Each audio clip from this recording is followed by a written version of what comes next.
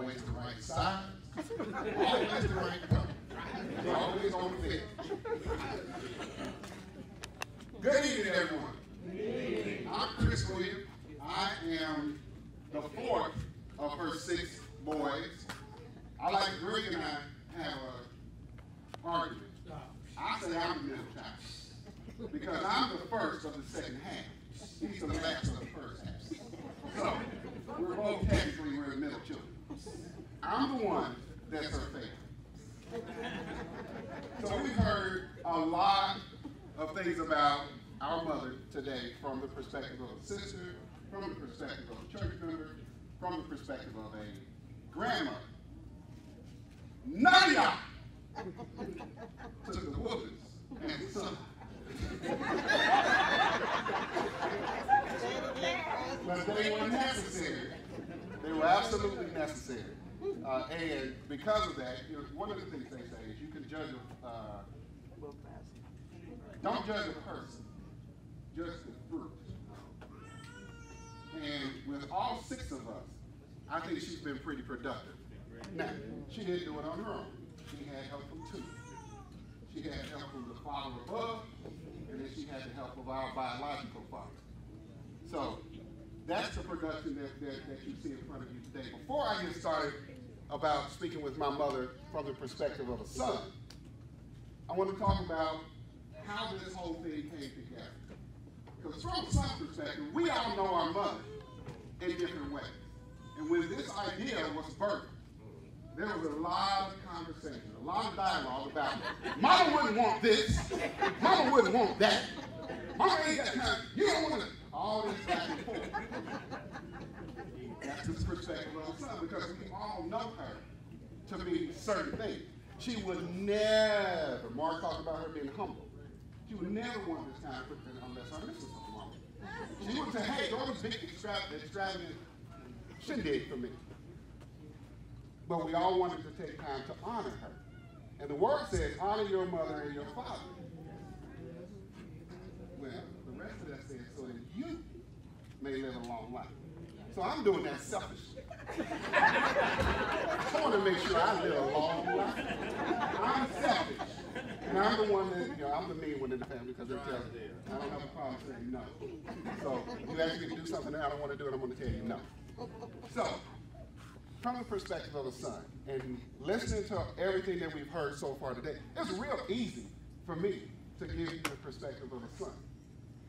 And I'm going to start with Proverbs 31. And that's the virtuous wife. Well, that virtuous wife in Proverbs wasn't just a wife, she was a mother. And that mother is the perspective that I'm coming from. And I'll read exactly what the word says so that I don't mess it up. These are excerpts from Proverbs 31. It says, she gets up before dawn to prepare breakfast for her household and plans the day's work for her servant girls. That would be great. He's the daughter that mama never had. But she did get up, prepare breakfast for her.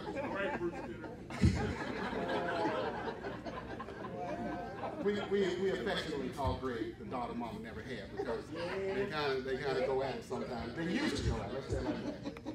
She is energetic and strong and a hard worker. She makes sure her dealings are profitable. Her lamp burns late into the night. Do you all know her to be energetic and strong? Yes. Her mom's name was Dollar Bill. His name was Dollar Bill, right? Now the word says she makes sure that her dealings are profitable. Pay attention, ladies. Dollar Bill birthed me.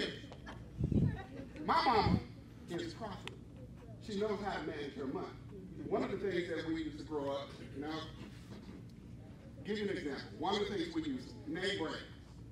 I wanted Eastman shoes. Well, mama would take us to the store and say, hey, you can get these shoes, let's just say shoes, for $10. Or you can buy these Eastman shoes for $24. I paid 10, you make the difference. That's why most of us today don't know anything about name brands. Because we buy what's valued. So her, again, going back to that word, She's probably with her leg burns into the night. She extends a helping hand to the poor and opens her arms to the needy. She is clothed with strength and dignity, and she laughs without fear of the future. When she speaks, her words are wise. She gives instructions with kindness. We've heard that tonight from some other speakers, am I right?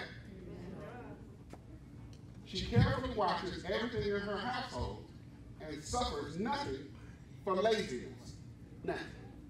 Lazy. Ooh. My brothers. Were we allowed to be lazy in the house?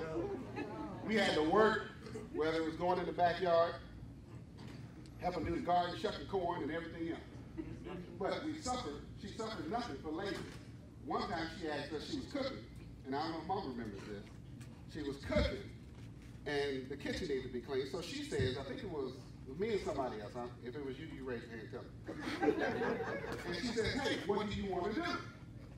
And we said, nothing. And she says, okay, stay there and do nothing. And that's exactly what we did. We had to stay there. I wish I could do something. Let me leave. She told me to stay here and do nothing. So we stood there and we did nothing. So she suffered nothing for laziness. Her children stand and bless her. Amen. Her husband praises her. Amen. And this word closes out, this excerpt of the word closes out and says, reward her for all that she has done. Let her deeds publicly declare her praise. So I say, according to the word, let us publicly declare her praise. Mama, we love you. Happy birthday. Happy Mother's Day. And we publicly declare her praise.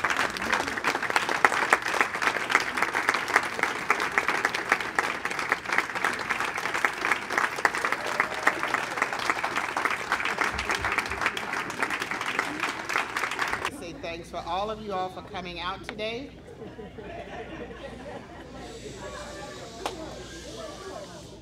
And it just shows me how much you all care. I really believe that the people in here cares. I work with every one of them, or talk with them, or communicate with them in some way.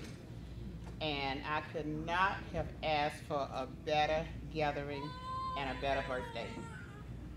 And I feel like many of you all are just as close and care for me just as much as my 6 boys do, which I have no doubt that they love me. And you all have to love me too. If not, you have me fooled, I believe you anyway. And I say I really enjoyed this. It's the best birthday party I've ever had.